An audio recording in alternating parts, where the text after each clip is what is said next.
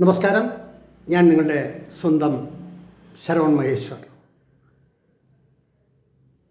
എൻ്റെ കൃഷ്ണശിലയായി എന്ന പരമ്പരയിലെ 130ാമത്തെ എപ്പിസോഡാണിത്. ഇന്ന് ഞാൻ വളരെ സന്തോഷത്തോടെയും വളരെ ആദരവോടെയും പറയുന്നത് തിരുവിതാംകൂറിൻ്റെ തമ്പുരാട്ടി അശ്വതി തിരുനാൾ ഗൗരി ലക്ഷ്മിബായി കുറിച്ചിട്ടാണ്. വളരെ സന്തോഷത്തോടെ പറയാൻ കാരണം എൻ്റെ തോന്നലുകളും എൻ്റെ ചിന്തകളുമാണ് ഞാൻ നിങ്ങളോട് പറയുന്നത്. മനുഷ്യ മനസ്സുകൾക്ക് അഹങ്കാരം വരുമ്പോൾ, അല്ലെങ്കിൽ നാം എന്തൊക്കെയാണ്, അല്ലെങ്കിൽ ഞാൻ വലിയൊരു സംഭവമാണ്, ഞാനില്ലെങ്കിൽ ഈ പ്രപഞ്ചമില്ല എന്നൊക്കെ ചിന്തിക്കുന്ന കുറേ അധികം പേർ ഈ ഭൂമിയിലുണ്ട്. വിനയം, വിവേകം, പെരുമാറ്റം, ബഹുമാനം എന്നു തുടങ്ങി വളരെയധികം ഉയർന്ന കാഴ്ചപ്പാടും സ്നേഹസമ്പന്നയുമായ ഒരു തമ്പുരാട്ടി. കാലത്തിൻ്റെ ഒഴുക്കിൽ ആര് കടന്നുപോയാലും ശരി, അശ്വതി തിരുനാൾ ഗൗരി ലക്ഷ്മിഭായ് തമ്പുരാട്ടിയുടെ നാമം തങ്കലിപികളിൽ തന്നെ കാണും എന്ന് പറയാൻ ചില കാരണങ്ങളുണ്ട്. കുറേ കാലമായി തമ്പുരാട്ടിയെ ഒന്ന് നേരിട്ട് കാണണം, സംസാരിക്കണം എന്ന് കരുതി അദ്ദേഹത്തിൻ്റെ സെക്രട്ടറിക്ക് വളരെ വിശദമായിട്ട് എന്നെക്കുറിച്ചിട്ടുള്ളൊരു കുറിപ്പും കാര്യങ്ങളൊക്കെ അയച്ചു. ഒരുപാട് തവണ എഴുതി, നേരിൽ കാണാൻ കഴിഞ്ഞില്ല. അപ്പോൾ എൻ്റെ മറ്റൊരു സുഹൃത്തുണ്ട്, മോഹൻ നായർ എന്ന് പറഞ്ഞാൽ, അദ്ദേഹം ഒരു എഴുത്തുകാരൻ കൂടിയാണ്. അദ്ദേഹത്തോട് പറഞ്ഞു, എനിക്കൊന്ന് തമ്പുരാട്ടിയെ നേരിട്ട് കണ്ട് സംസാരിച്ചാൽ കൊള്ളാമെന്നുണ്ട്. അങ്ങനെയാണ് അവരുടെ സെക്രട്ടറിയുടെ നമ്പർ തരികയും ഞാനതിൽ മെസ്സേജ് അയക്കുകയും ഒക്കെ ചെയ്തു. കുറേ നാൾ കാത്തിരുന്നു, ഫലമുണ്ടായില്ല. അങ്ങനെ ലിബി ഹാളിൽ ഒരു ഫംഗ്ഷന് തമ്പുരാട്ടിയും ആദിത്യവർമ്മ തമ്പുരാനും ഒക്കെ പങ്കെടുക്കുന്ന ഒരു ചടങ്ങിൽ ഞാനും പങ്കെടുക്കുകയുണ്ടായി. ഒരു മണിക്കൂർ നേരമേ ആ പ്രോഗ്രാം ഉണ്ടായിരുന്നുള്ളൂ. ജീവിതത്തിൽ അവിസ്മരണീയമായ ഒരു പ്രോഗ്രാമായിരുന്നു അന്ന്. കലാകാരന്മാരെയും കലാകാരികളെയും തിരുവനന്തപുരത്തുള്ള പ്രഗത്ഭരായ ഒരുപാട് പേരെ ആദരിക്കുന്ന ഒരു ചടങ്ങ് കൂടിയായിരുന്നു അത്. അന്ന് അവർ അവിടെ വരുമ്പോൾ മുൻനിരയിൽ തന്നെ ഞാനും ഇരിപ്പിടം ഉറപ്പിച്ചു. കാരണം നേരിൽ കാണാനും അവരോട് സംസാരിക്കാനുമൊക്കെ ആഗ്രഹിച്ചിരിക്കുകയാണ്. അങ്ങനെ ഇരുവരും മലയാള ഭാഷയെക്കുറിച്ചും തിരുവിതാംകൂർ ഭരണത്തെക്കുറിച്ചും തിരുവനന്തപുരത്തിൻ്റെ പുരോഗതികളെക്കുറിച്ചും ഒക്കെ ചെറിയ ചെറിയ വാക്കുകളിൽ സംസാരിച്ചു. അത് കഴിഞ്ഞ് അവർ എഴുതിയ പുസ്തകങ്ങൾ പലരും വളരെ വിലയേറിയ പുസ്തകങ്ങളാണ്, വിലയും വളരെ കൂടുതലാണ്. പലരും വാങ്ങിക്കുന്നു, കയ്യൊപ്പ് മേടിക്കുന്നു, ഇതൊക്കെ ചെയ്യുന്നു. ഒടുവിൽ ഒരു ഫോട്ടോ സെക്ഷനാണ്. എല്ലാവരുടെ ഇടയിൽ നിന്നും ഞാനും ഓടിച്ചെന്ന് തമ്പുരാട്ടിയോട് പറഞ്ഞു, ഞാനൊരു ചെറിയ എഴുത്തുകാരനാണ്, കുറച്ച് കവിതകളും കഥകളും ഒക്കെ എഴുതിയിട്ടുണ്ട്. തമ്പുരാട്ടിയായിട്ടൊരു ഫോട്ടോ എടുത്താൽ കൊള്ളാമെന്നുണ്ട്. അതിനെന്താ, എടുക്കാമല്ലോ. വലിയ എഴുത്തുകാരൊക്കെ എപ്പോഴും പറയുക ഞാൻ ചെറിയ എഴുത്തുകാരനാണ് എന്നാണ്. നിങ്ങൾ വലിയ എഴുത്തുകാരനല്ലേ എന്ന് പറഞ്ഞപ്പോൾ ഞാൻ ചിരിച്ചു. നന്ദി തമ്പുരാട്ടി എന്ന് പറഞ്ഞ് എനിക്ക് വേണ്ടി ഫോട്ടോയ്ക്ക് നിന്നു, ഫോട്ടോ എടുത്തു. അത് കഴിഞ്ഞ് 1-2 മിനിറ്റ് കൂടിയേ ആകെ സംസാരിച്ച 1-2 മിനിറ്റ് കൂടിയേ ഞാൻ സംസാരിച്ചുള്ളൂ. ഞാനിത് പറയാൻ കാര്യം, എന്തൊരു വിനയപൂർവമായിട്ടുള്ള പെരുമാറ്റമാണ് ഓരോരുത്തരോടും. തമ്പുരാട്ടി എന്ന കുലത്തിൻ്റെ ഇത് വെച്ച് പറയുകയാണെങ്കിലും സ്നേഹധനയായ, സംസ്കാര സമ്പന്നയായ ഒരു വലിയ വ്യക്തിത്വം 2024 രാഷ്ട്രം പത്മശ്രീ ബഹുമതി നൽകി ആദരിച്ചു. പത്മവിഭൂഷണെങ്കിലും കൊടുക്കണം എന്നതായിരുന്നു എൻ്റെ മനസ്സിൻ്റെ ആഗ്രഹം. കാരണം how to deal a person, how to behave a person, how to treat a person എന്നൊക്കെ ചില ചോദ്യങ്ങൾ നമ്മൾ ഉദ്ധരിച്ചാൽ അതിനുള്ള മറുപടി ആ വലിയ മഹതിയെ കണ്ട് പഠിക്കണം. സാധാരണക്കാരെ പോലെ മുണ്ടും നീരിതും അണിഞ്ഞ് കഴുത്തിൽ സ്വർണത്തിൻ്റെ തരിയുണ്ടോ എന്ന് ലെൻസ് വെച്ച് നോക്കണം. ഒരു ചെറിയ മാലയും ധരിച്ച് യാതൊരുവിധ ആഡംബരങ്ങളുമില്ലാതെ ആ വേദിയിലൊരു 10-25 മിനിറ്റ് സൃഷ്ടിയെക്കുറിച്ചും എഴുത്തിനെക്കുറിച്ചുമൊക്കെ പറഞ്ഞപ്പോൾ ശരിക്കും അവരുടെ പാദങ്ങളിൽ തൊട്ട് നമസ്കരിക്കണമെന്ന് തോന്നി. ഞാനൊക്കെ എന്തോ ആണെന്നൊക്കെ ധരിച്ചാൽ ആ അഹങ്കാരം മാറാൻ ഒരു സെക്കൻഡ് മഞ്ഞ് പെയ്തിറങ്ങുന്നത് പോലെ, ഒരു വലിയ കൊടുമുടി തകർന്നു വീഴുന്നത് പോലെ അഹങ്കാരത്തിൻ്റെ ധാർഷ്ട്യത്തിൻ്റെ ഒന്നും മട്ടില്ലാതെ എത്ര സ്നേഹത്തോടെയാണ് അവർ പെരുമാറിയിട്ടുള്ളത്. ഒരുപാട് തവണ കണ്ടിട്ടുണ്ട്. അമ്പലത്തിലെ പത്മനാഭക്ഷേത്രത്തിൽ ഉത്സവത്തിനും കുതിരമാളികയിലെ സ്വാതിരുന്നാളിൻ്റെ സംഗീത കച്ചേരികൾ നടത്തിയിരുന്ന കാലത്തും ഒക്കെ കണ്ടിട്ടുണ്ട്. എപ്പോൾ കണ്ടാലും ഒരു സാധാരണ സ്ത്രീയെപ്പോലെ യാതൊരു ആഡംബരങ്ങളുമില്ലാതെ കാണാൻ ചെല്ലുന്നവർ, സംസാരിക്കുന്നവരോടെല്ലാം എത്ര സ്നേഹത്തോടെയും എത്ര വിനയത്തോടെയുമാണ് അവർ പെരുമാറുന്നത് കണ്ടുപഠിക്കേണ്ട ഒന്നാണ്. അവരെക്കുറിച്ച് ചിലത് ഞാൻ ഇവിടെ പറയാം. ഒരു വിശദമായ ഒരു ബ്രീഫ് ഇതോടൊപ്പം ഞാൻ ചേർത്തിട്ടുണ്ട്. ഞാൻ ഏറ്റവും ബഹുമാനിക്കുന്ന, എന്നും ആസ്വദിക്കാൻ കഴിയുന്ന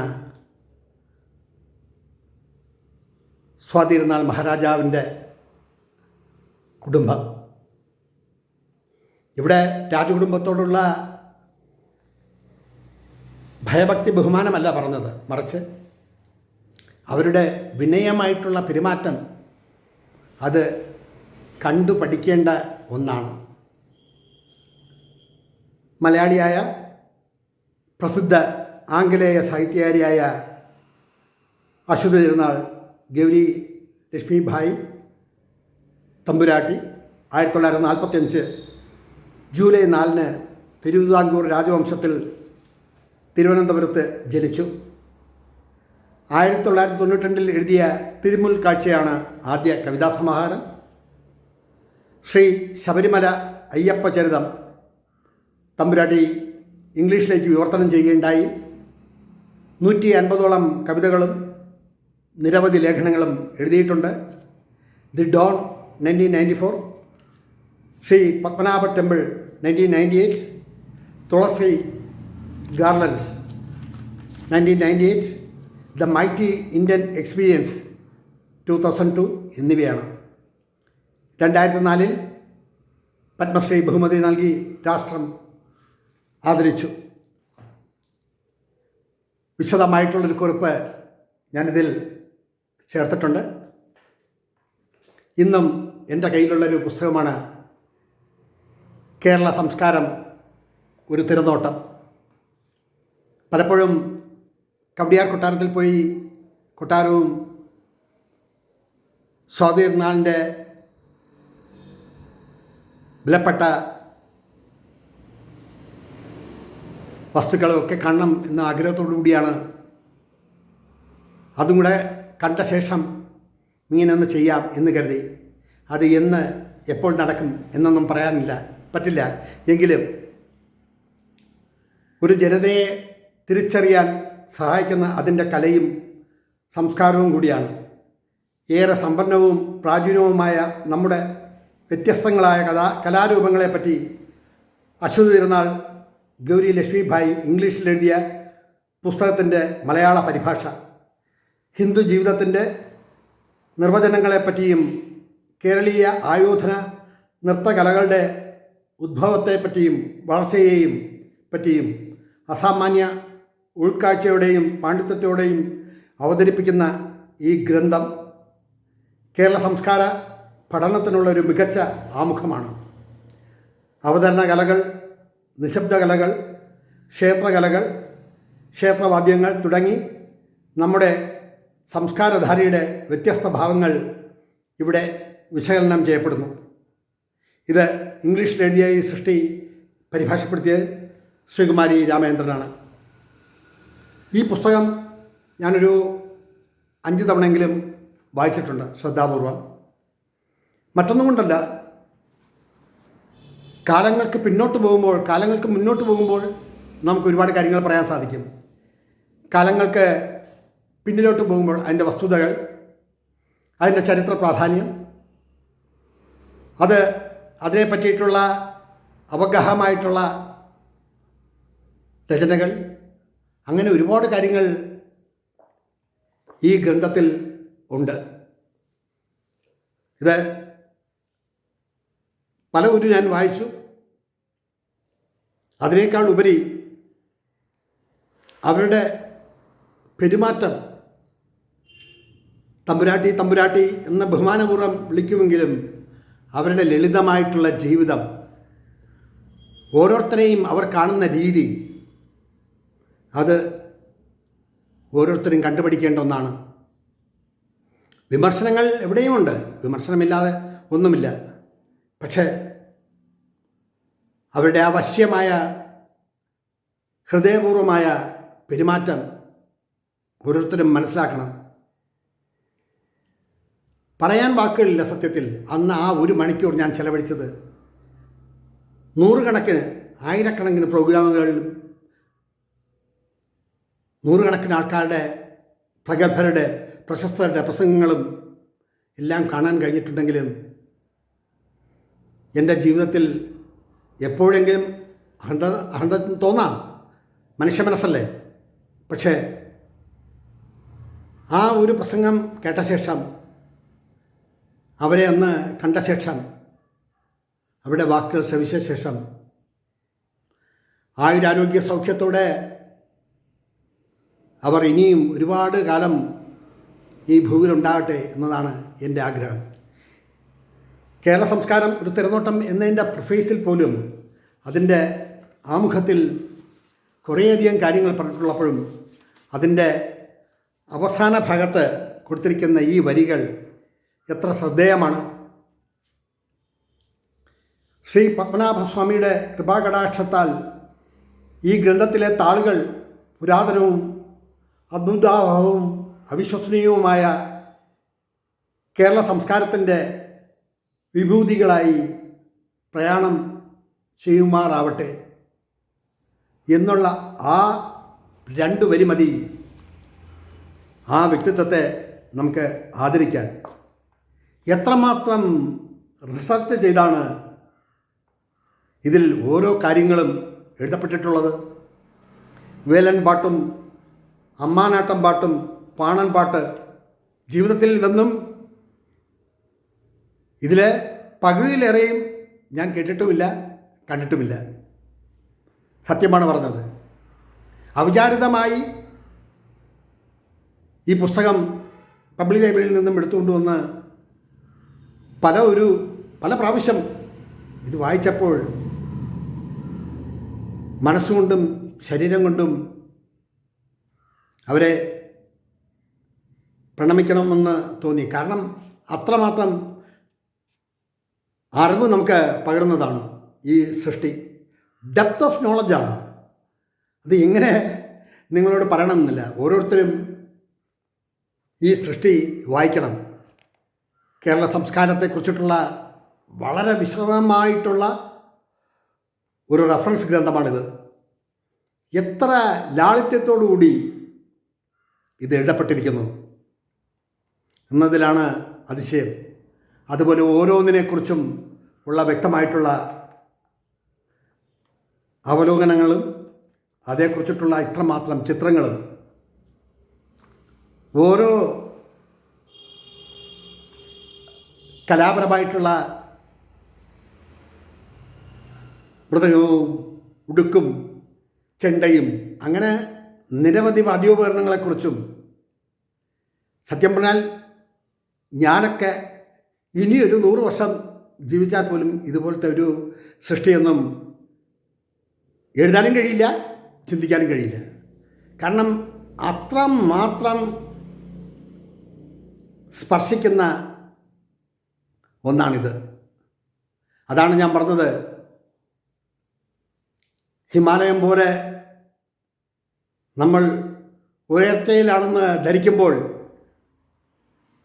നമ്മൾ ഒന്നുമല്ല, അല്ലെങ്കിൽ നമ്മുടെ അറിവ് വളരെ പരിമിതമാണ് എന്ന് തോന്നിപ്പിക്കുന്ന ഒരു വലിയൊരു സൃഷ്ടി. എല്ലാ കൃതികളും എല്ലാ സൃഷ്ടികളും നമ്മുടെ മനസ്സിനെ മഥിക്കും. 1998 ഉള്ള ദ മൈറ്റി ഇന്ത്യൻ എക്സ്പീരിയൻസ് എന്ന സൃഷ്ടി ഒന്ന് വായിച്ചു നോക്കണം. ഇന്ത്യയെയും ഇന്ത്യക്കാരെയും നമ്മുടെ ജീവിത ചരിത്രം തന്നെ മാറ്റിമറിക്കുന്ന അവലോകനങ്ങൾ. അപ്രാപ്യമായൊരു കഴിവ്. ബഹുമാനപുരസ്സരമാണ് തമ്പുരാട്ടി എന്ന് വിളിക്കുന്നത്. രാജഭരണത്തിൻ്റെ ചെങ്കോലും കീടവും ഒന്നും വെച്ചല്ല ആ മഹത് വനിത ജീവിക്കുന്നത്. വളരെ ലാളിത്യത്തോടുകൂടി ആണ് ആ ജീവിതം മുന്നോട്ട് പോകുന്നത്. അതുപോലെ തന്നെ ആദിത്യവർമ്മ തമ്പുരാനും ഞാൻ നേരിൽ സംസാരിച്ചില്ല, നേരിൽ കാണുകയും അദ്ദേഹത്തിൻ്റെ വാക്കുകൾ ശ്രമിക്കുകയും ഒക്കെ ചെയ്തിട്ടുണ്ട്. പക്ഷേ വിനയം എന്നതിൻ്റെ ഒരു വിജ്ഞാനകോശം എന്ന് വേണമെങ്കിൽ അദ്ദേഹത്തെ വിളിക്കാം. എത്ര ലാളിത്യത്തോടും എത്ര വിനയത്തോടും ആണ് ഓരോരുത്തരോടും അദ്ദേഹം പെരുമാറുന്നത്. അത് അമ്മയുടെ വളർത്തു നയമായിരിക്കാം. അവരെ ഉയർത്തി കാട്ടാൻ, അല്ലെങ്കിൽ ഒരു രാജകുടുംബത്തെപ്പറ്റി ഇങ്ങനെയൊക്കെ പറയാം എന്നൊന്നും ധരിച്ചല്ല. ലക്ഷ്മിബായി തമ്പുരാട്ടിയുടെ രചനകൾ എല്ലാം ഞാൻ വായിച്ചിട്ടില്ല, എങ്കിലും വായിച്ച ആ കൃതികളുടെ പശ്ചാത്തലത്തിലും നേരിൽ കണ്ടതും ആ 2 മിനിറ്റ് സംസാരവും എൻ്റെ മനസ്സിനെ ചെറുതായിട്ടൊന്നുമല്ല മഥിച്ചത്.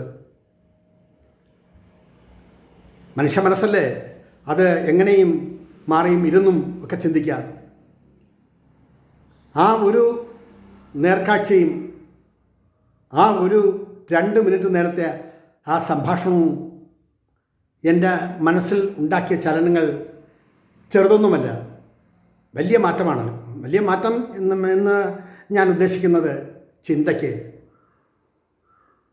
നമ്മളെ എതിർത്ത് വരുന്നവരും നമ്മളെ പരിഹസിക്കുന്നവരും നമ്മളെ പുച്ഛിക്കുന്നവരും നമ്മളൊന്നുമല്ല, ഞാൻ എന്തൊക്കെയാണ് എന്ന് ധരിക്കുന്നവരും ഒക്കെ ഒരു തവണയെങ്കിലും തമ്പുരാട്ടിയെ ഒന്ന് കണ്ട് ഒരു 2 മിനിറ്റ് 2 മണിക്കൂർ കൊണ്ട് 2 മിനിറ്റ് സംസാരിച്ചാൽ അവരുടെ ലാളിത്യവും അവരുടെ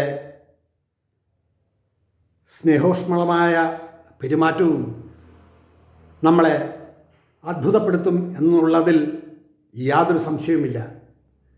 അവരുടെ സൃഷ്ടികൾ ലോകം മുഴുക്കയും ഇനിയും അറിയപ്പെടട്ടെ. എൻ്റെ ജീവിതത്തിലെ മഹനീയമായ എന്നും ഓർമ്മിക്കപ്പെടുന്ന ആ 2 മിനിറ്റ് മനസ്സിലെ വെണ്ണക്കല്ലിൽ പതിച്ച രത്നങ്ങൾ പോലെയാണ്. തമ്പുരാട്ടിക്കും തമ്പുരാനും പൂയം തിരുനാൾ തമ്പുരാട്ടിയും അങ്ങനെ കുടുംബത്തിലെ എല്ലാവർക്കും ശ്രേയസ്സും ആയുരാരോഗ്യവും നേർന്നുകൊണ്ടും എൻ്റെ വാക്കുകൾ ഇവിടെ നിർത്തട്ടെ. നന്ദി, നമസ്കാരം.